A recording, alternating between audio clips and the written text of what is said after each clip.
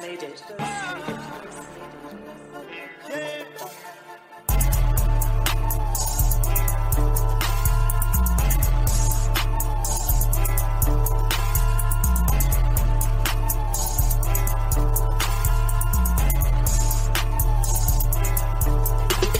You are now listening to Back2Back Hip Hop.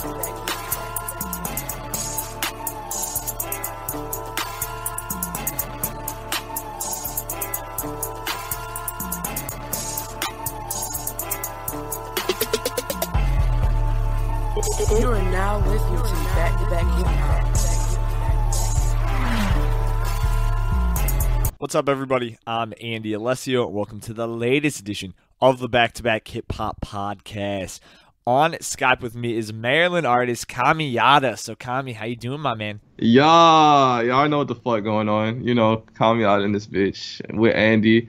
You know, the GOAT fucking interviewer. If y'all haven't got an interview with fucking Andy yet, you're asleep. But yeah, you know what it is. Midnight Society. You know, midnight be the set, but it's still fuck 12. We out here. Dude, that's the best introduction I ever could have asked for. That was better than my introduction. You know, we got put on for the underground. We gotta let these niggas know. But yeah. 3 months ago, this was supposed to happen. We got it done. It was dope. I opened my laptop the next day to listen to it, and the audio fucked up. But here we are, and we're getting it done. Hey, we back. You know, second time's the charm type shit. You already know what it is. Yes, sir. So, all right, let's get into it. Tweeted recently, I've been mentally numb for at least a month now, and I'm starting to think it's a problem. That really surprises me because with the growth of both Midnight and yourself, as well as just how noticeably positive you are as a person, why do you feel mentally numb? I'd say, like, it's just mainly just, like, life is just, like, low-key stressful. Like, you know, I'm seeing, you know, me and all my niggas, like, we're trying to get our shit together. Like, everybody's, like, you know, it's like we got that positive mindset, but at the same time, like, you know, it's the shit that hits you like from an angle that you're not really expecting, that you're not really ready for. And, you know, like me as a person, like I'll be unhappy, but, you know, I got my ups and downs and shit. Like I'm like on medication now, like again, you know, for like that kind of shit, for like depression or whatever. So like, I don't know what the fuck it is with that medication. It makes me feel weird as shit sometimes. But I mean, in addition to that, it's just like, you know, I have my up days, but then like my brothers will have their down days. And like in terms of that, like Midnight, I've touched on this shit before, like everybody in Midnight is like a family. Like I don't think there's any other collective that's as close, you know, as close knit with one another as Midnight is. Like, you know, we like really treat each other like family, like we hold each other down, you know, when it comes to, you know, when the time comes to do that shit. So like when I see my homies and they're like sad and shit, like that shit makes me sad. Like I want all my homies good. I want to look out for all my brothers. So I mean, it's just a lot of shit. And then as far as that, it's just like, I don't know, like music wise, sometimes I'll be hype about music. Sometimes I'm like, I don't like any of this shit. And then it's just like hard to feel like emotions sometimes. So like that's just where in terms I feel mentally numb. But I mean, as of right now today, you know, I'm pretty lit. I feel pretty good. So I mean, hey, it is what it is. I think your boy FUKKIT said it best when he tweeted out, it's hard for me to be at a peace of mind. I feel like that's the overall problem with creatives because each day is a wave. There's highs and lows and it fucks you up mentally so easy. Hell yeah. And the thing is like me and FUKKIT, like out of everybody in Midnight and everybody I've met so far, like besides like Bambi and Keenan and Johnny, I feel like me and FUKKIT understand each other like the most out of like, you know, anybody I've ever met. Like me and him like think almost exactly the same. Like when we have conversations, it's just like, you know, two minds like, you know, hitting everything, you know, right on the nail. Like so when we talk about shit like that, it's just like, you know, when I feel some type of way about like what's going on, like the scene, the underground, the way things are going, you know, I'll talk to him about it. And vice versa. So it's just like it's cool because we like keep each other in check as artists and, you know, as people, like a family. Like, you know, like I remember it was recently I had seen some shit and I was just like, it was some like really mediocre shit going on. Like niggas were just doing like some dumb shit and everybody was just like, you know, feeding into it. And it was just like kind of annoying me. And I was talking to FUKKIT about it, and he was just like, bro, like, don't even worry about that shit. Like, that has nothing to do with us. Like, our paths are set the way they are for a reason. And, when our times comes, it'll get here. So, like, it is what it is. Like, between FUKKIT and even Brando, like, Brando's not in Midnight, but, when me, him, and FUKKIT have conversations, like, them niggas, like, really say some, like, really insightful shit. Like, they have some really good, ideas and thoughts and plans to bring to the table. So, like, I feel like it's best when you can come together as artists and as family and, share your ideas and beliefs and shit and have them intertwined. So, and I feel like that shit is dope. Like, it's really cool. But, yeah, I agree. Especially, like, having a peace of mind, that shit is tough, but I mean, it is what it is. At the end of the day, you can't be stagnant. You just got to try to be consistent and, try to focus on the end goal. And yeah, it is what it is. So in relation to the importance of having a peace of mind, when did you finally connect that with the realization that your ego is your biggest enemy? I feel like I connected that because there was a certain time where I just felt like, I mean, me as a person, I like struggle with like fucking paranoia from time to time. It gets bad and then sometimes it's just like whatever. But there was a certain point in time this year where I felt as though it was just like, I just felt like low key, like my own, people that I felt as though were family were like, out to get me low key. And I was partially right about that, which, in turn led to like some of the, the debacles and shit that we got into like later on this year.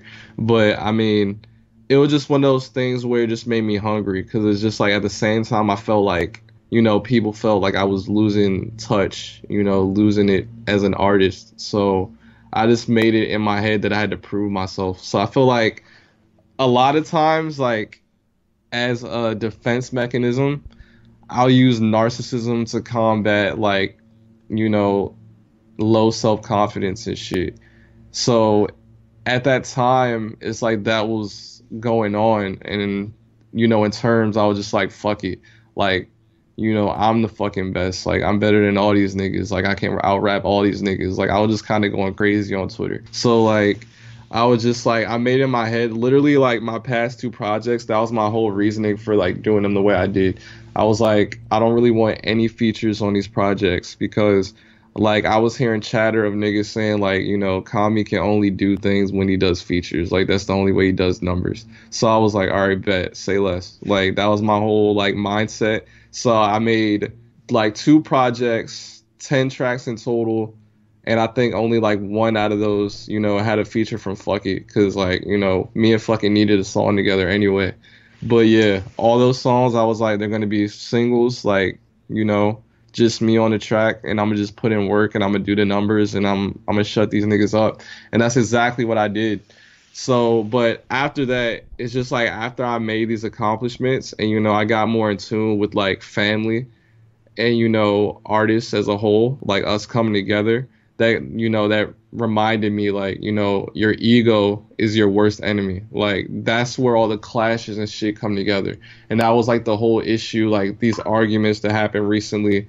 That's where all that shit came into play. Cause it's just like, all right, like it was just niggas that were like mad that they weren't where they wanted to be at that exact moment, not realizing that it takes time. Like this shit doesn't really happen overnight. So I feel like it's best, like, I preach this shit to everyone at midnight. Like, I don't hold this shit as, like, no fucking, like, clout war. Like, anytime I do an interview, anytime like, somebody hit me up, like, hey, we want to do an article, like, I speak on my brothers first. Like, I'm like, okay, cool, you fuck with me, but make sure you fuck with them, too. Like, I make sure my people are good before anything. Because that's how we be, we get stronger and we move forward. And, I feel like in the past with all these other collectives, like, that you hear, like, break up or they're, like, on Twitter going crazy and shit, is because there's always that one person that's, like, all about them, and they forget who they came up with.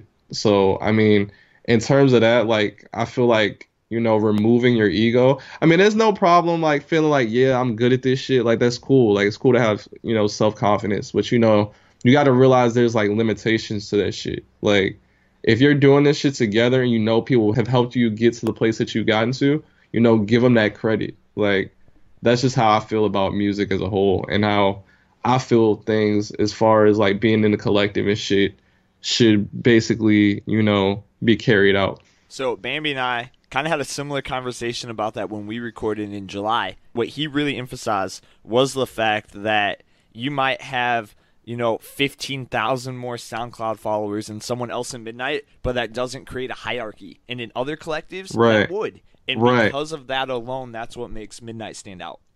Exactly. And like, we've always talked about that shit. Like, I don't look at anyone in Midnight in terms of like, okay, I'm like putting them on because they have this amount of followers. Like, there's people that I work with in Midnight more than others solely for the reason that they're hungry. Like, they share the same hunger that I do.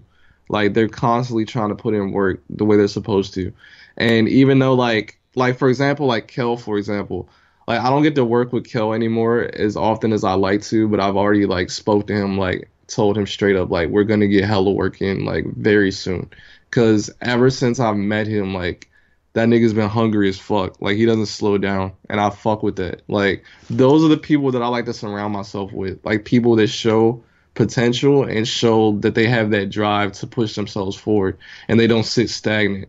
Like people that sit stagnant and then they're making excuses for why they're stagnant. Like I don't fuck with that. Like, you know, I fuck with people that are like go-getters and they're just like, all right, I don't like where I'm at, but I'm gonna change that shit, and they go out and do it. Like that's the mindset that I fuck with because that's the mindset that I have. So I feel like, that's how you show strong leadership. And then, I feel like it's dope when you can be a leader and then anybody that you're leading, you can turn them into leaders. So like that's the mindset I want for Midnight. I want everybody to be leaders. Like I want everybody to have that music mentality, that business mentality. Everybody knows how to get money. Everybody knows how to separate their ego from their persona. Like everybody knows how to hold their shit down. Like that's what I'm like most worried about and what I try to emphasize the most between me and all of my family in this collective. That's literally the whole purpose of being a leader, is to obviously not only grow your own leadership qualities, but I mean, at the end of the day, you want to create other leaders behind you. Right, exactly. Kami, I am more impressed by you every time we talk. Yeah, I mean, it is what it is. Like, I just like, I don't know. Me personally, I just like to, like, I'm a weird person. Like, I love knowledge. I don't read much, but I try my best to learn. Like, I like to observe and learn. And I feel like I do that best when I meet people that are in positions that I want to be in. So, like, I take from them what I can. Like, I like hearing everybody say so that they can explain to me how they feel, what they've went through. And then, I can implement that into my own life. Like, I love when people tell me, like, the mistakes that they made. Like, we can exchange failures, basically. Like, somebody can tell me, like, yeah, I did this, I fucked up. And I can be like, yeah, I did this, I fucked up. And, we share those ideas. Like, I tell that same shit to, like, people that say they look up to me. Like, I'll be like, don't do the shit I did. I fucked up. I took the wrong route. If I would have done this instead of this, I would have probably, been in a better position, or I would have made it to the position I'm in a lot faster. So I feel like advice and feedback is key, especially in the music industry. So like, I mean, it is what it is. I just like to stay wise. Like I'm ignorant, like I'm not gonna lie, like I have my ignorant ass moments, like, very often. But at the same time, I like to be wise. Like, I like to make sure that I educate myself about the things that I need to be educated about. So, nobody can come through and finesse me or, play me like I'm stupid. Like, you have to learn how to read people. Like, the more you know, the better it is for you and that, like, in the outcome at the end of the day. But it is what it is. So who's a person that you've exchanged failures with recently that has really helped you grow? There's this dude named K Hall. He's not in Midnight, but he's a friend of mine. Like, basically, like, all those dudes that, like, for example, KP, like, is around, like, Braxton Knight, K Hall, Glimmer XP, GF Retro, like, like the anime producer clique. Like, not all of them are, like, knitted into that, but, they hang around each other. And when I talk to them, like, we all fucking play, like, PS4 together and shit. So when we're in, like, parties and shit, like, these niggas tell me, like, everything. Because I just recently, like, started talking to them, like, probably, like, 2 months ago. So we'll talk about music, like, we'll discuss shit. And K Hall, like, the thing about him is he's been in the underground for a long time. It's like it's kind of fucked up because of, he explained that a lot of these people that, you inspire and say they fuck with you, they're not always gonna fuck with you the way they say they do. So like, for example, like him, like before like people like Wi-Fi Bones and all them blew up, like he was really cool with them. And like the thing is, like later on, a lot of them, once they got to where they wanted to be, they kind of just said, all right, fuck you, and like, like just cut them off. So he was just like, we were exchanging like, failures and shit, talking about like, I wish I would have done this instead, and it would have just made me better, would have done better for me, going forward. And he's a talented ass dude. Like I have no doubt that like, when the time comes for him, that he's gonna get to where he needs to be. But, him giving me that insight is dope because I'm just like, understanding. Like I already knew that like that's something that I have to keep in mind. Cause like I know that there's people in my circle that, may seem to have the same mindset I do, but they're not gonna always have that mindset because it's just like there's so many factors that can come in and change a person, like change their personality and affect them in different ways. So it's just like you have to be mindful of that shit. Like share ideas, make friendships, build relationships, but keep in mind that anything can change, anything can happen. Within the music, this shit is spontaneous. Like your best friend could be your enemy the next day. And that's something that you could apply to all different aspects of life. So yeah, when I talk to him, like we have really, in-depth conversations about this shit. And it's just like, I take away a lot of knowledge from that. So I love having those kind of conversations. Like I love being able to express myself and be honest about, the dumb decisions I've made personally, and also share the successes. So people were just like, all right, cool, I can take that path. And when they share their success with me, I'm like, all right, cool, I can take that path as well. So it's like, it's building character for the both of you when you're able to have conversations like that, I feel like. And you just build that character on PlayStation 4 parties.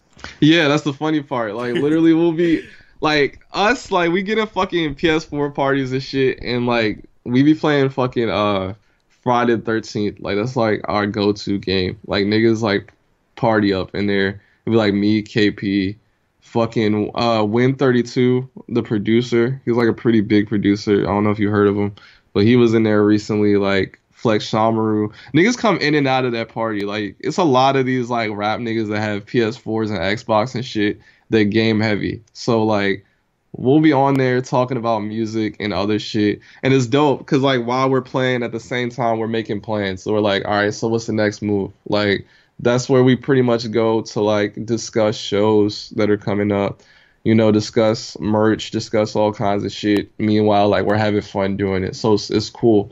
Like I fuck with that shit heavy. It's kind of like a routine thing. Like pretty much every day of the week, depending on if niggas are busy or not, or if niggas are just like, nah, I'm not fucking with y'all tonight, I'm going to sleep. But yeah, it is what it is. I'm trying to get into those parties, but was it through these conversations that made you realize that both your purpose and existence is to cause damage? I mean, yeah. I mean, it's that because, I mean, not just necessarily around those conversations. I feel like when I said that, when I'm like, my purpose is damage, I feel it applies to so many aspects of my life. Like, as far as, there's things I've done to people that I'm not proud of, but like at the same time, there's things that I'm doing, as a strong person that I feel is like is damaging to those who like to my enemies, to those who wish the worst for me. So like that's my whole purpose. It's like me, I feel like as a being, my existence is just like, all right, well, I can be positive, but at the same time, all of my actions, for the most part, always have negative as well as positive, consequences or just like results. So like, but at the same time, it could be damaging in a hurtful way to one person, but, damaging in a good way to another, basically to someone who, wishes the worst for me. Like when a nigga see me shining, like that's damaging to them. Like niggas that are just like I know for a fact, there's niggas I know that are just like, they don't fuck with me and they're just like, all right, whatever. Like you know, niggas that claim they fuck with me like beforehand. I'm not gonna get into it, you know, getting the names, but you know, when they hear this shit, they'll know who they are if the shoe fits wear it. The thing is, it's just like I know that they want me to fail, but it's dope because when I'm out here like putting in work with my collective, we're doing numbers, you know, we're doing shit behind the scenes that's damaging to them. That's damaging to their egos. Cause the thing is like I feel like niggas that are still on shit like that have that child mentality. And the thing is, the majority of everyone in Midnight is on the mindset. We're like past that shit. Like we're past the recruiting stage. We're past the building. I mean, we're still building always, but we're past like that, you know, okay, how are we gonna like nah, like we're in the business stage now. Like niggas are discussing merch. You know, we're making deals with management companies and shit. Like, all right, how is this gonna work? We're making, you know, we're setting up big shows, like legitimate shows this time. Like we're not losing hella money out of our pockets. We're making good money. Like we're in that stage now. Like we're at the next tier. So like that's damaging to anyone that, you know, which is the worst for us. Like there were hella people, like niggas were dropping off of the midnight show. But other than that, it's just like shit like that. Like people were just talking hella shit. They were just like, oh, this show's gonna flop. Like Nadar was on Twitter like this show's gonna flop. And niggas were like, yeah, you're right. Like I shouldn't fuck with this shit. And then fucking the show was so huge that it got the fucking capacity reached like over max and LAPD had to shut the shit down. And then now like every time we mention the midnight show, everybody's like rushing like my DMs like can I get on that shit? Like where can I buy tickets? When is it? Like, you know, it is what it is. It's just like, you know, that's payback to them. That's damaging to them. Cause I know like we made the vlog, we made the fucking, you know, the compilation videos to show these niggas what the show looked like, what the turnout was like. And I know that they were sitting at home like, fuck, like I should have went to that shit. Cause a lot of the same niggas that were talking down, like I've seen them on Facebook Live, like their fans are like recording them on Facebook Live and performing in front of like 10 niggas. So it's just like, it is what it is, you know, it's karma. You know, you push that bad karma on us and that shit came back around and hit you. So it is what it is. Like practice what you preach. One, I think, too, talking about the midnight show in particular, I mean, not only do you need the stress that LAPD shut that down 2 hours early, but you also need the stress the fact that the CVS parking lot show was just as crazy. Right, exactly. Like, literally, it wasn't even one of those things where, like, people pulled up, it got shut down, and they dipped. Like, it's like, people pulled up, it got shut down, and they were like, can y'all perform outside? Like, fuck it. Like, where are y'all going? Like, literally, like, after that shit was done, people were blowing up my Twitter DMs. Everybody was outside, like, mobbing. They were like, yo, like, where's the party at? Like, are y'all gonna do it at a different venue? Like, what it is? Like, a nigga literally pulled up in his pickup truck in front of the venue, and we, like, hopped on top of this shit and started performing. And niggas whipped their phones out, like, and then Black Sand, that's my brother, by the way, Black Sand, like, literally, we just met for the first time in LA. And he's one of the most talented motherfuckers I've ever met. And that nigga's only 18. But we literally went behind the fucking CVS and, like, crowds, like, mobbed around just to, like, fucking watch us, like, scream our lyrics from the speakers of a fucking pickup truck. Like, that just goes to show you, like, what the loyalty is like what the shit is like now. So it's dope. Like, it was a life-changing experience, like a super life-changing experience. Like, after the first LA show, you know, especially with me and Bambi, like, you know, we made, after that first LA show, like, that shit changed our lives, like, completely. Like, you know, we had so much put into perspective. And then after this past LA show that was just, like, last month, that shit put, like, it doubled that factor. Like, it was even crazier. Like, now shit is, like, really starting to, like, take off low-key, and there's so much going on behind the scenes. So I'm, like, super excited about that. Like, my main goal really is just to get the money flowing in so where we can bring people like, you know, like Virus out to shows. We can do shows around Europe. We can go to all the places that want us to get there. Like, niggas hit me up, like, from Russia. Because I have, like, a huge following in Russia for some reason. And they'll be like, when are you coming to Russia? And I'm like, I don't fucking know. Russia's cold as fuck. But, like, I'm going to get out there, like, sometime soon. Like, I promise. So, like, you know, that's just my focus. I want to get to all the fans. I want to be able to bring people like Virus and Akuma to the shows because, you know, they're out of the country. I want to bring, like, all of Midnight together. we got into an argument after we all came back from LA and Virus almost left Midnight because he just felt like it was going in a direction that he didn't like. But I knew the main reasoning for that is because he hasn't met us in person. Like, it's different for him because to him we still kind of only exist on the internet. Like, it's kind of expendable as opposed to everyone else that's like met in person and they're just like, nah, fuck that shit. Like, this is a chapter of my life. Like, niggas are like sitting there like, bro, I need to get the Midnight Society logo tatted on me. Like, I don't even give a fuck if Midnight breaks up. I'm getting that shit tatted. Like, this shit was an important part of my life no matter what happens, etc. Like, this shit is like a complete family now. And it's lit. Like, I love that. Like, it's great. This is exactly what I wanted for Midnight more than anything.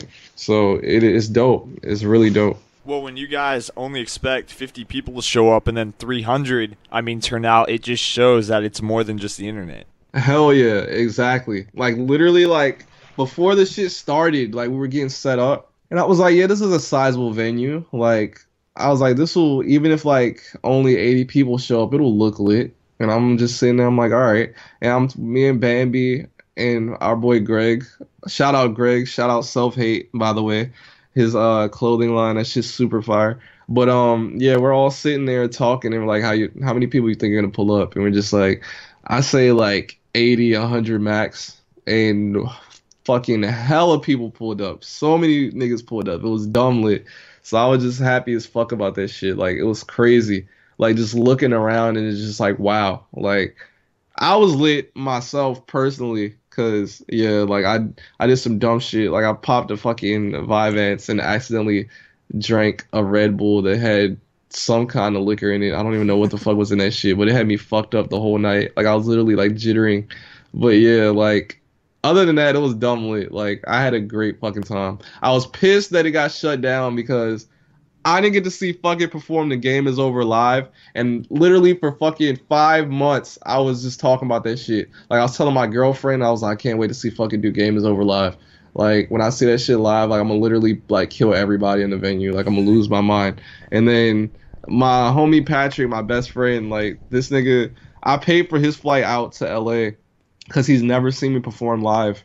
And plus, I wanted him to be there, like, when I went. So I flew him out. He didn't even really get to see me perform like my songs. Like, I had songs of pretty much fucking everybody on the fucking bill. So I was performing throughout like all of the night, but I didn't get to do my shit. So that pissed me off a lot. Like, I was angry as fuck. Like, I started out that bitch. Niggas thought I was about to go like fight. Like, niggas were following me like, oh shit. Like, and I was just like, nah, niggas. Like, I'm just going to my car. Like, I'm angry.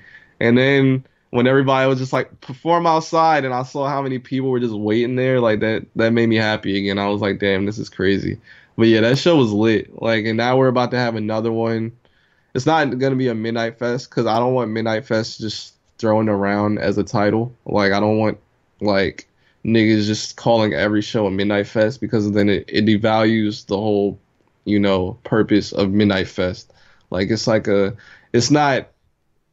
like, crazy, not once a year. We're trying to do at least like twice a year. But, I want the whole value. Like, I want somebody to hear the term Midnight Fest and be like, holy fuck, like, we can't miss that shit. Like, it's only twice a year. So, like, but we're doing another one. It's going to be called Dead in LA. It's going to be in October. And pretty much the same people that were on the bill for Midnight Fest are going to be there. Except for Bambi and Keenan, sadly, because Bambi's in school.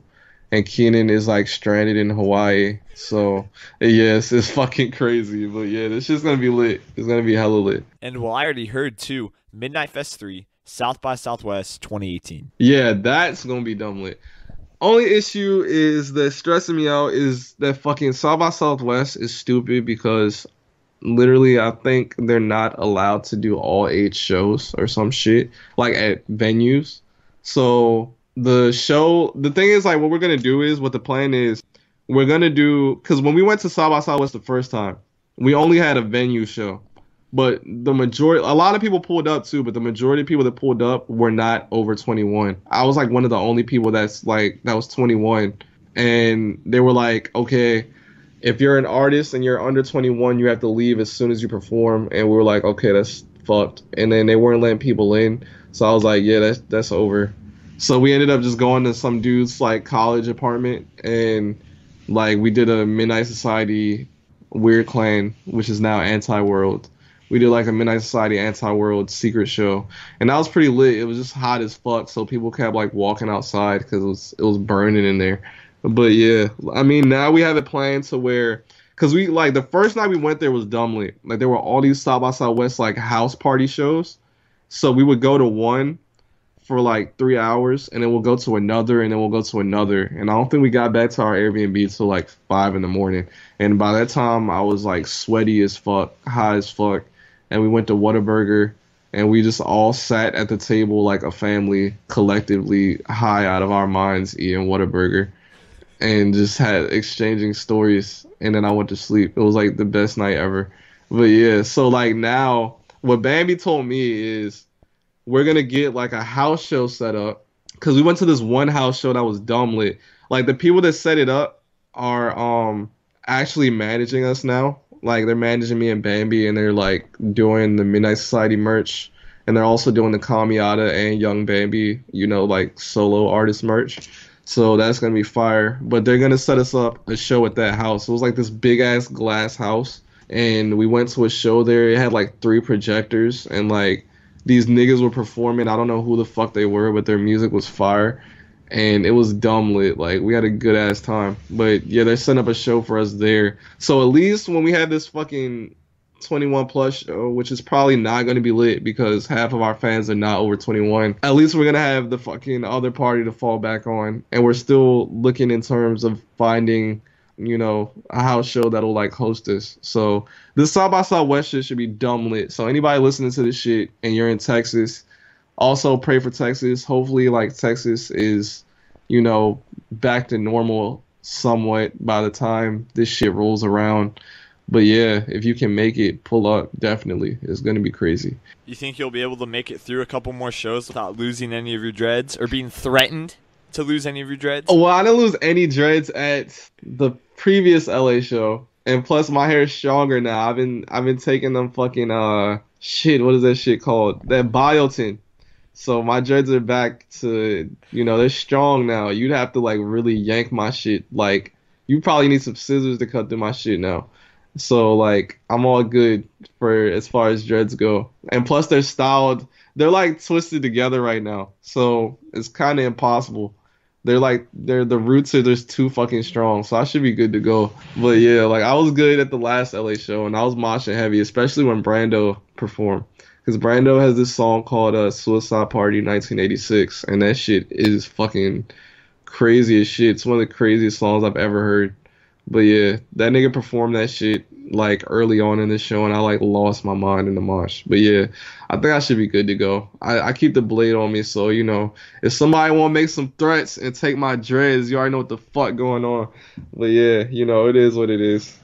I swear, Keenan is so obsessed with taking your dreads. Right? Keenan's, bro, I'm telling you right now, between everybody and Midnight, it's a race for the most sus. It's like between Keenan, Kreslik, Bambi, and Greg's not at Midnight, but I'm gonna count Greg as well, because like him and Bambi are like both sus as hell. But Keenan, I think Keenan's in the lead after that shit he said on Twitter about Bambi. So yeah, I'm pretty sure Keenan is probably most sus in Midnight. And for the fans, original guide, most sus in Midnight, sus as fuck. But yeah, it is what it is. Dude, I was really upset though and offended by the fact that you call yourself the underground Danny Phantom when Keenan looks exactly like him. No. Wait, did I call myself the underground Danny Phantom? What was that? That was like 2 weeks ago.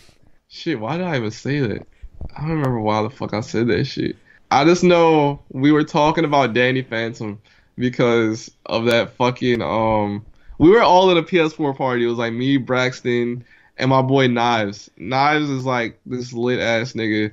His fucking clothing game is so fire. I'm telling you right now, when I blow up, this nigga's definitely gonna be my stylist. But this nigga's like the GOAT when it comes to making memes on Twitter. But we were all discussing the fucking the Triple X Tentacion edit. There was like that Danny Phantom edit for I don't want to do this anymore.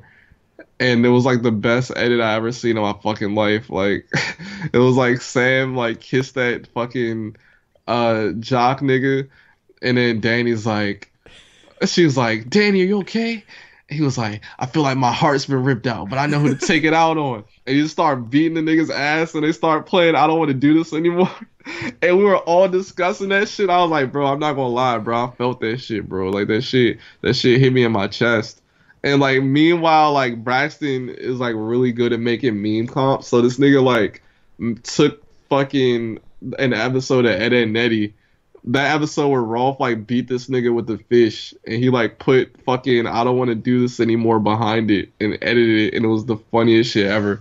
But yeah, we just started talking about Danny Phantom. I can't remember why I call myself the underground Danny Phantom. I'm just like really trying to remember that shit, but I'm gonna remember later and be mad as fuck. But yeah, I guess I'm the underground Danny Phantom for whatever reason. Dude, I really wish during the vlog, or at least after, there would have been an edit about you with this never-ending burrito that you had. Okay, let me explain that shit. I'm gonna tell you a funny-ass story. Alright, so this is what happened. That day, we had 2 different Airbnbs. We had one for like, we basically split midnight into 2 different Airbnbs because it was too many people. Our Airbnb was lit, and the one Dutch got was like, they had a cool-ass patio. We shot the Madonna vid there, and Johnny G shot, and KP shot the video for Dirty Six Speed there. I was angry earlier on the day because like I got in an argument with my girlfriend, and my homie had to go to the airport like a day early. Plus I was like low-key, I was on acid, so I was low-key like tweaking, so I was just like not thinking straight. So we got in an argument. Her and my girl and Bambi's girl left. They went back to Airbnb. And like by this point, I kept microdosing because I didn't want to trip, because I was like, I'm gonna have to drive at some point. But my dumbass like ended up like taking too many microdoses, which in turn led up to pretty much a full tab or more. I didn't start tripping, but I was like super fucking geeked. So like, it was me, FUKKIT, fuck his girlfriend Ruby, and Sake, and he drove us to fucking Chipotle. We go to Chipotle, I get like this bomb ass fucking, every time I go to Chipotle, I get like this fucking quesadilla that has rice in it, and then it's like rice, cheese, chicken, and steak. Like, and they'll fucking like look at me crazy every time I get it. So I get this bomb ass shit. I'm high as fuck off of weed and acid, and we go to the back of the patio. It's like 30 of us outside, and I'm trying to eat this shit, and they're like, let's take pictures. And every picture I'm still trying to eat my fucking like, you know, quesadilla. And then I'm back there and I'm like trying to eat it, and Sake is like, bro, you've been eating that quesadilla for like 3 hours. And I was like, bro, whatever piece I bit just ends up back on the quesadilla. And then like fucking, as we're having this conversation, this nigga Bambi starts talking about the time I was at his house in Boston when we did the Boston show. So while I was there, I was staying with Bambi and his adopted parents. And his adopted parents are from the UK. They're like cool as shit. They have like this beautiful ass house. Like, as soon as I got there, his dad made me this like bomb ass iced coffee, and fucking like Bambi's using like his little UK accent and shit. And I'm like, all right, this is lit. And then Bambi's the whole house looked like one of those lit ass like horror movie houses. It just looks beautiful as fuck. So like, we're there, and I'm like talking. I'm like, yeah, Bambi's mom is a sweetheart. Mind you, ZT on the beat, Xander is there. This nigga, I didn't even know he was outside. There were so many people outside. Like, literally, I'm in the middle of the patio. It's like a big ass like back patio area, so it can fit like 30 people. And I'm looking to my right, like Greg is in front of me. This nigga smoked like 40 cigarettes in like 20 minutes, so that nigga probably has cancer now. KP is beside this nigga, and then Bambi and them are, and Johnny G and Braxton, all them are like to my right. So like, we're talking, and I'm like, yeah, Bambi's mom's a sweetheart. Randomly, like to my left, FUKKIT and all them are like rolling blunts, and this nigga Xander randomly stands up, like random as fuck, and just yells. She was like, Bambi's dad's a snitch. And we were like, what the fuck? And like, everybody's shocked. We're like, what the fuck is going on? And then he was just like, he told my parents every drug I've ever done. He was like, my parents wouldn't even look me in the eyes for months. He was like, I lost my best friend for months. And I'm like losing my fucking mind. Like, Greg is like this white dude. So he's like, his whole face is turning red. KP is like crying, and I look at Bambi, and Bambi's jaw is like dropped. And like literally I start crying. Like literally I haven't laughed that hard in years. Like my whole face was covered in tears. Like I was crying, laughing so hard.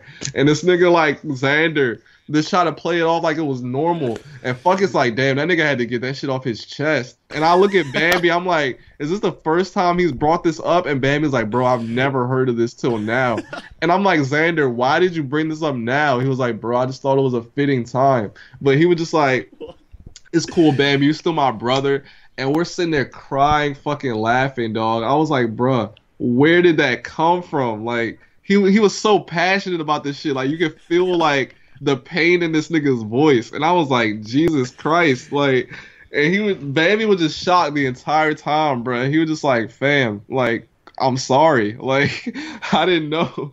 So, like, after that shit, this nigga sits down, and I still got this fucking quesadilla that it took me forever to finish. I don't think I finished that shit till, like, the next day. But we're all, like, laughing, tweaking the fuck out. And there was a little house phone, no jumper secret show or some shit. And they were like, yo, let's go to this Little House phone show. Because, like, after the midnight show, Little House, we went to this nigga Suede's house. He had this, like, nice-ass house in Hollywood. And it had this big-ass deck, and you could see, like, all of the city over it. Like some fucking Grand Theft Auto 5 shit. So, like, Little House phone pulls up, reddish blues there. And all these fucking cloud demons are there and shit. So I'm, like, just chilling with my girl. And, Little House phones has this show. So I'm like, all right, I'm down to go. And FUKKIT is like, bro, don't go to that show, bro. And I'm like, fuck it, bro. Like, I'm lit. I just want to go somewhere and turn up. So everybody keeps saying, like, let's go to the house phone show. And I had to stop everybody. I was like, yo, if we keep saying this shit and we don't move, we're going to stay here for another 3 hours and we're never going to go. So everybody stand up. I know we all fucked up. We just going to get in our cars and we're going to leave. And then this nigga Ben, our homie Ben and our homie Kaylani, like, these niggas stay bringing, like, Glocks everywhere we go. These niggas are, like, low-key crazy as fuck. This nigga Ben comes up to me. He's like, Kami, you can't drive. You're on acid. You're going to forget you're driving. And I'm like, nigga, calm down. I got, like, 5 niggas yelling in my face, like, you can't drive, Kami. You can't drive. And I was like, chill. Like, bro, I can control my drugs. Like, calm down. Like, damn. Like, y'all act like I'm drunk. And they're like, all right, bro, I'm just worried about you, bro. I don't want y'all dying, bro. So, like, me, Bambi, Pleasis, and Greg are in. I had this big-ass fucking rental truck. It was like a fucking Dodge. It held, like, 7 people. And it was like a fucking gas guzzler. Like, I regret buying that stupid-ass shit. But I needed something to hold 7 people. So I get in the fucking truck. I'm in the driver's seat. This nigga Ben leans in, bro. Like, they were making me nervous. He was like, all right, Kami, I just want you to be safe, bro. I don't want you to die. And I'm like, nigga, you're making me think I'm going to die. Like, stop. Like, you're making me scared. So he was like, just don't move. Don't drive off until I'm behind you. So, like, I didn't realize Dalton, by the way. Dalton is Keenan's best friend. I didn't realize Dalton was actually off, like, 2 tabs of acid, and he was literally tripping, and he was driving them niggas. Like, I don't know how Dalton managed to get there without dying. But Dalton's following Ben, Ben's following me, and then I'm following Jersey. Mind you, let me say this.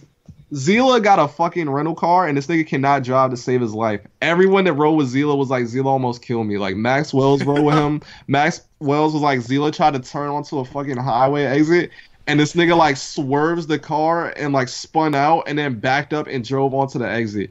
And Zila was like, bro, like, when I drive, bro, I like to drive high. And then when I drive high, I just do 150 because I know Jesus got me. And I was like, nigga, you're going to die. Like, what the hell? So, like, they didn't let this nigga Zila drive, thankfully. But Jersey, who is Johnny's homie, is driving. These niggas are all in the car tweaking. I'm tweaking. Bambi's tweaking. And I'm, like, trying to get Bambi to, like, use the GPS. So I'm like, yo, should we pull the GPS up just in case? And he was like, bro, I'm fucked up. And I was like, true. So I was just like, fuck it. So I'm following these niggas. They'll go into an exit, like a fucking, like, fork on the highway. And right when they're about to go into one section, like the right-hand side, they'll swerve into the left-hand side. So then I got to swerve, and then everybody behind me has to swerve. So, like, we call them. And Bambi's like, what are y'all doing? And they all just start dying laughing. And they were like, bro, the GPS is fucking up and we're fucked up. And I'm like, bro, y'all are going to kill me. Like, y'all are fucking me up. And they did this shit one last time. They did like 4 more times. And then on the last time, they did it so late that my big ass truck, I'm like, fam, I can't get back in the other lane. So I end up on the wrong fucking exit. And then I'm like, fuck, we gotta pull up the GPS. So Bambi pulls it up. I'm tweaking, so I'm like, my hand is fucking shaking, and I'm trying to look at the GPS, and I was like, we're gonna die. And then Greg is like, bro, stop the car so we can figure out where to go. And I'm like, stop the car where? And he was like, bro, just stop it right here. And I'm like, Greg, we're doing 70 miles per hour in the middle of the highway. Where am I going to stop the car? And he was like, oh, true, I forgot we were on the highway. Like, hell no. So we get to this show, and they didn't let my boy Ben and my boy Pleases in because they didn't have an ID or some shit. And you had to be like, I think you just had to have an ID to get in. I don't think it like really had an age limit. I think you had to be like 18 and up or some shit, and they were both like 17. So I go in, and then Adam 22 standing there, and we're like just sitting there like low key just roasting Adam 22, and then fucking Lil House Phone's in there. And then, like, this show is low-key dead as fuck because you can just... It's like we were so aware off the acid that you can just feel, like, the clout demons around you. So I'm just looking around, and I'm like, damn, I can just tell that every nigga in here thinks he's the shit. Like, they were all posted up on the wall, like, acting like they were, like, too cool for school or some shit. And they got, like, their, like, hype beast-ass clothes on. And then, like, House Phone is like, bro, I need y'all to get lit for this song. And, like, you know, we like... as it is already outdressing these niggas, but I'm like, we like to have fun, so we're like, fuck that shit. Like, we all just jumped in and started moshing. If we didn't pull up, that shit would have been dead as fuck. I just want to say that. So we get lit, and I had a snap of like me moshing with Adam 22 and Lil House Phone, but my fucking stupid ass phone connection was so trash that when I tried to save the snap, it didn't save for some reason, and so I lost like pretty much all of the fucking snaps from that show except for like a few of them. Like, it's in the midnight vlog. Like, if you look in the midnight vlog, we're like at this show with a projector and we're moshing and shit, and like Adam 22 and all them niggas are in there. But yeah, like House Phone comes up to us, who's like, bro, thanks for getting lit. And we're like, yeah, you're welcome. Because in my mind, I'm like, bro, if we didn't get lit, this show would have been so fucking dead. Because like all the cloud demons were just like, I ain't about to mosh in my expensive Supreme. So I'm like, all right, whatever, dog. So then we leave. My dumb ass tries to pick these niggas up, and I turned onto a one-way street and almost crashed into somebody because I was too lit. So then I had to swerve off onto like some fucking parking lot and then turn around and then jog these niggas back.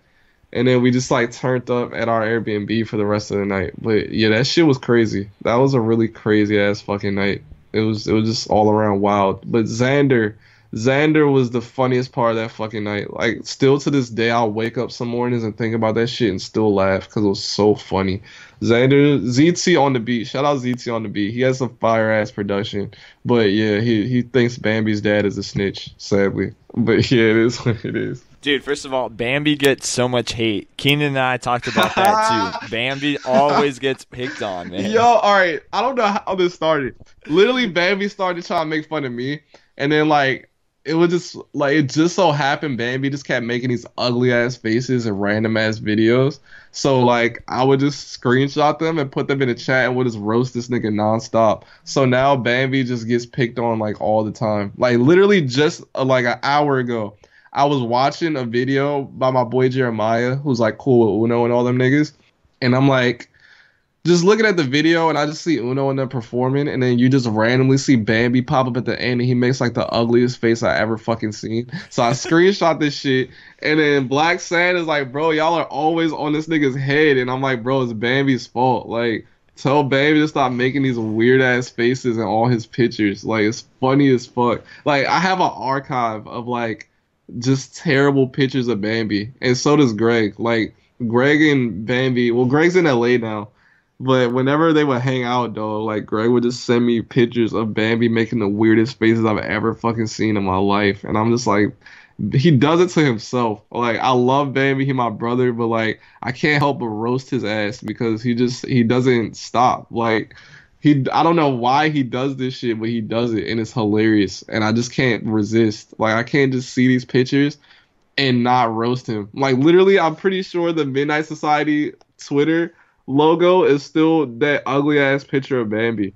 Hold on, I'm about to go on my Twitter and look for this shit. I'm pretty sure. Like, it's just a picture of Bambi making a weird ass face. Oh damn, they changed it back. But yeah, That's Bambi. Bambi does it to himself. I can't really like, blame anyone except for him. So what happened at Black Sand's studio in LA when Bambi was trying to record a song that had you laughing so hard that you were on the floor? So we're like in the studio and recording. We did this song and it got to like I went first and fucking went after me. And then it was Quinn and then it was Bambi. And so when Bambi was recording, bro, this nigga kept fucking up and he kept like making us restart the beat. And then that one part is in the vlog.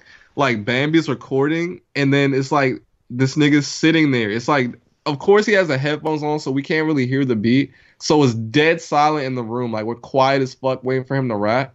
And then like fucking this nigga just looking at his phone like wide-eyed.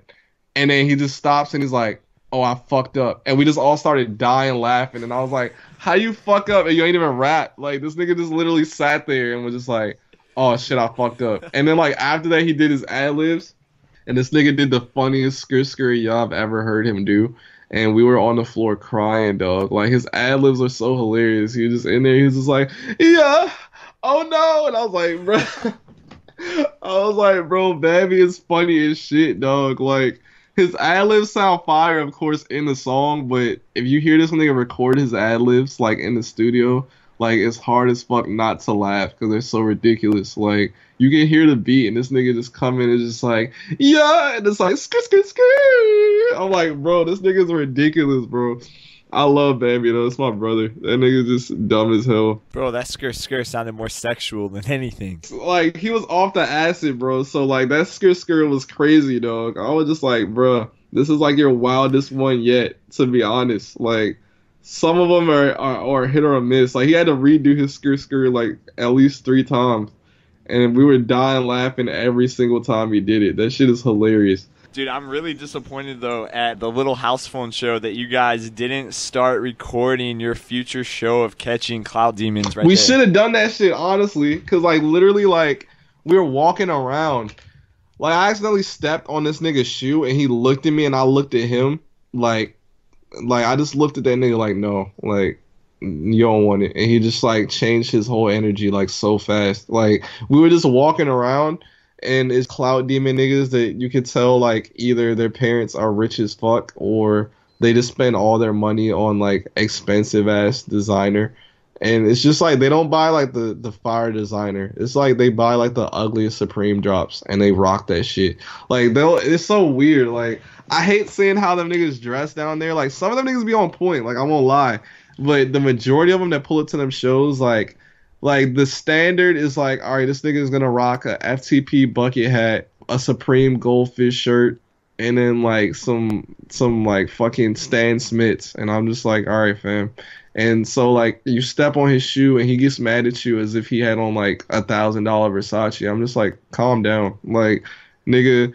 We be in the mosh with Yeezy boots on. Like, chill out. Like, it's not that serious. Like, it's just dumb. Like, I just wish, like, there and at Suede's, it was just a Cloud Demon party. Like, literally, like, Cloud Demon didn't really become, like, the official phrase until this past LA show. Like, we were just walking around and I was like, damn, there's Cloud Demons everywhere. Like, you can just feel it. Like, I feel like a Cloud Demon, like, medium.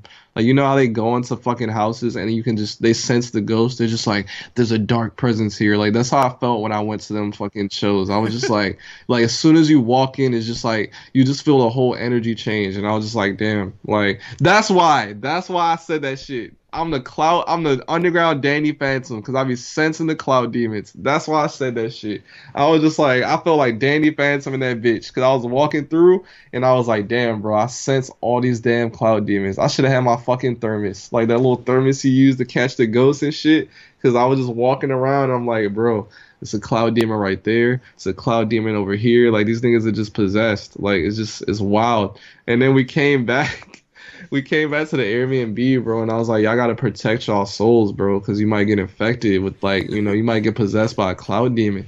Like, you know, you go in there and you don't come back. Like, we was telling that to Greg. We were like, damn, bro, Greg got his soul stolen when he went to that house phone show, bro. Like, it's crazy. You know, it's really real out here. Like, the Cloud Demon can take over at any moment. Like, niggas really have to be on their toes with this shit. Dude, that would have been the perfect time to finally record that Are You Afraid of the Dark music visual that we talked about months ago. That would have made so much sense, honestly. Like, we could have filmed that shit and it would have been lit. Like, just capture all the Cloud Demons on camera. I'm gonna make a song called Cloud Demon, and we're gonna do a video for that shit, and we're gonna do it in LA. And I'm gonna just paint. I'm gonna have the videographer paint over all these niggas' faces with like horns and shit, and it just show you all the damn Cloud Demons like all throughout LA. It's gonna be dumb lit. Bro, I can't wait. So that song and all the other future songs that you're going to release here soon are going to all sound like the soundtrack from The Matrix Reloaded, right? That's what I'm hoping. Literally, I watched. All right, so I'm a huge ass fucking Matrix fan. So like, I've seen every fucking Matrix movie at least like 1,000 times each. So like, Matrix Reloaded is my favorite one, and I was watching it like the other day on Netflix because Netflix like finally did some goat shit and put like all of the Matrix movies on Netflix. So I'm watching this shit, and then I forgot how fire the soundtrack was. Like the end soundtrack has like fucking Rage Against the Machine, Calm Like a Bomb, and then it has fucking Rob Zombie. And then this one fucking song, I can't remember what the fuck that shit's called, but the nigga is just like, when the world ends, you're coming with me, I'm gonna watch the buildings rot to nothing, or some shit like that. And I was like, bro, this shit is wild. Like, I want my shit to sound like this. So I was just talking to Liam and Dutch, and I was like, bro, we gotta make some like some fucking 90s to early 2000s, like, you know, some instrumentals. We gotta make some like fire shit like that. Like, we gotta bring POD back. Like, we gotta bring some. POD had a lit ass song on there. They had that fucking Sleeping Awake song. That shit was fire as fuck. Niggas be like, POD's cringy. I mean, they were, but like that song was fire as hell. So I was just like, bro, I want all my music from now on to sound like this shit because it's so fire. So is that why too? I mean, this next project, we're going to see features from basically from everyone. And I feel like, I mean, like what we talked about earlier too, I mean, the fact that you did both your last two projects by yourself, I mean, it's time to bring back in people like Bambi, FUKKIT, Black Sand, my boy Skio Pierre, and Right. Maxwell's. So like, I'm so hyped Hell yeah, for that. because literally, like, I'm gonna make that fucking Matrix Reloaded sounding project some other time, but this next project, I'm trying to get like all of my niggas on there. I left out Trippy the Kid by accident, but yeah, I'm gonna get Trippy and Skrilla in there too. But I'll probably put Gizmo in there.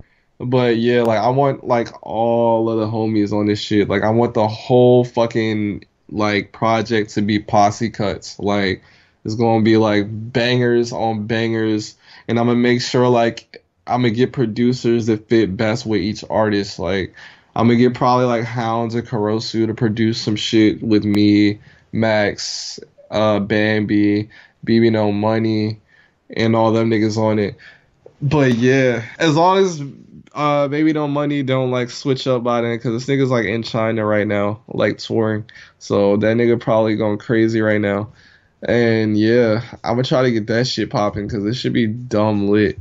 But that's gonna be a crazy ass project. I'm hyped for that. I'm gonna get my nigga Kill Stacy on there. Kill Stacy is lit for anybody that ain't heard of Kill Stacy.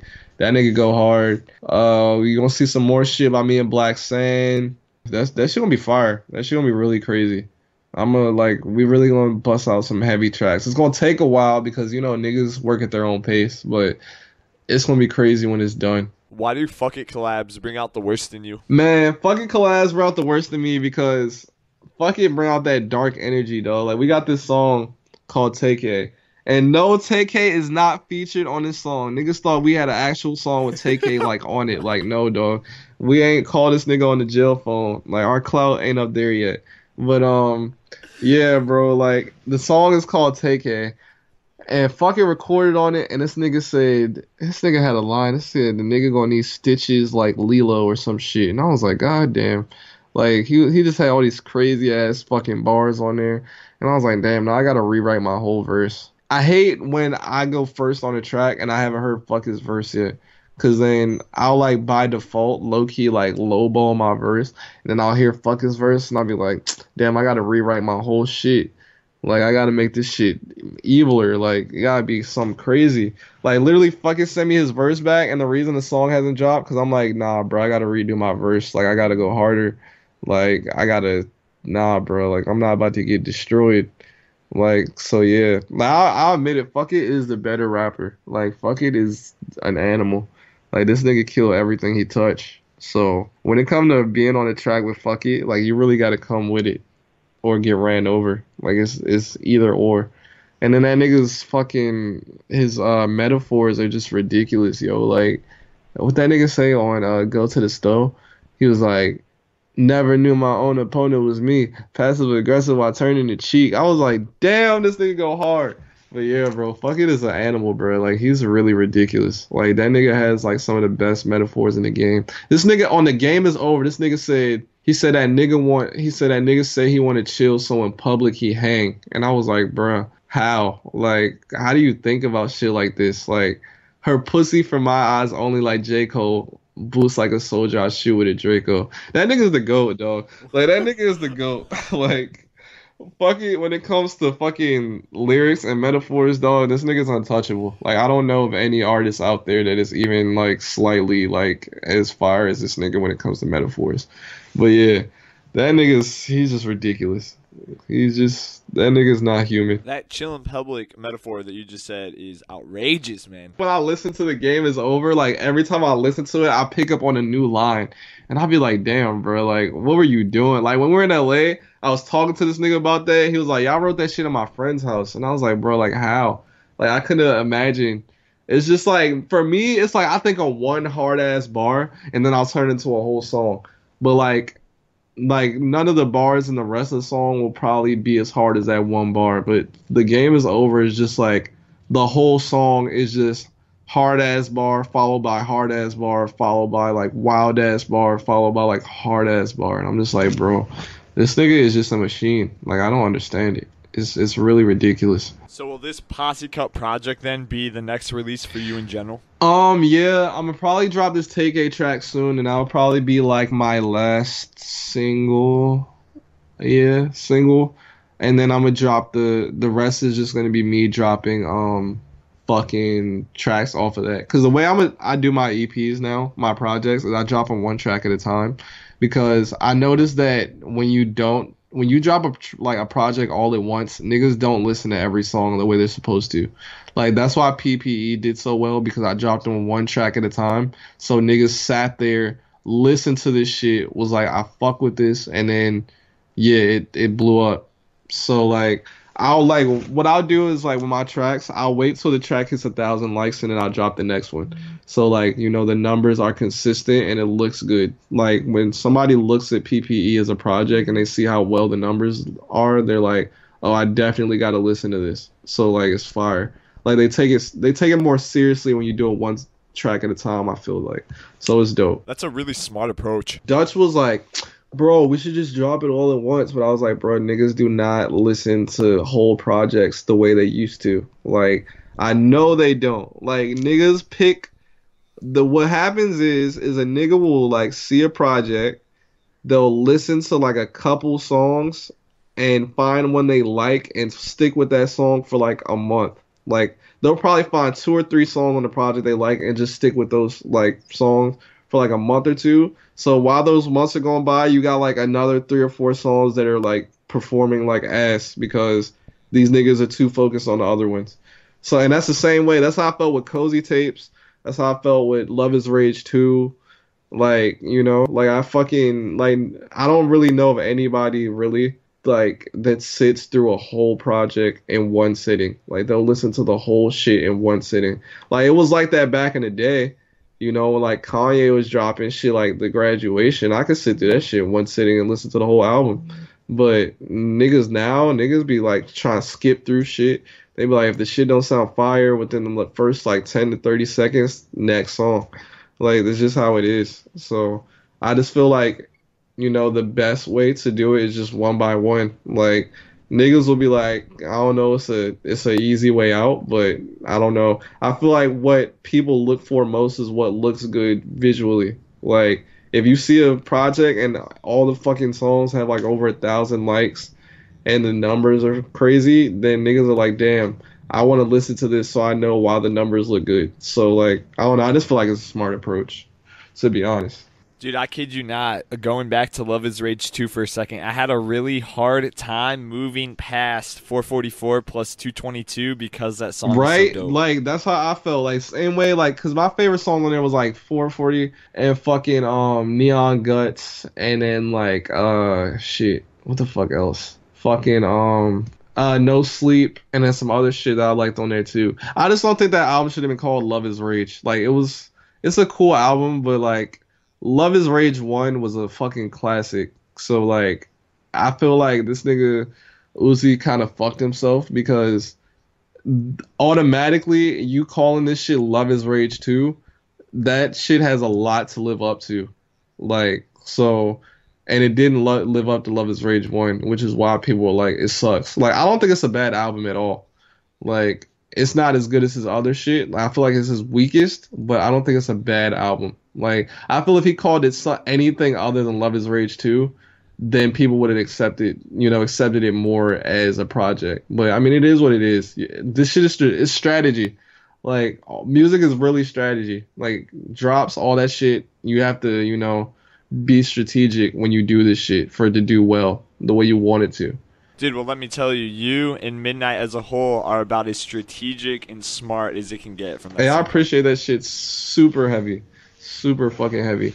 Because, yeah, that's what I try to do. I try to be strategic. I try to really sit down and think about, as far as, like, even, like, putting out tracks and numbering tracks on a project, what track will sound the best after the other, like, I really like try to take my time and like, put thought into shit like that. So yeah, I fuck with you. Appreciate that. It shows, man. Kami, 3 months later, and we finally did it. This was dope as hell. Finally, like I've been waiting for so long to like do this shit because I knew it was gonna be dumb lit, but I'm fucking happy as hell we finally got it done. Dude, I think this is better than anything we could have recorded too. This was hella Hell dope. Yeah. Like the first one was lit, but it was nowhere near as lit as this one. So yeah, this was dumb crazy. Hella crazy. Guys, follow Kami on Twitter at SpaceGodKami. Check him out on SoundCloud as well, or just on the street eating burritos. Yeah. Follow Nick and I on SoundCloud, Twitter, and Instagram at Back2Back Hip Hop. Thank you so much for listening. Yo. Peace out.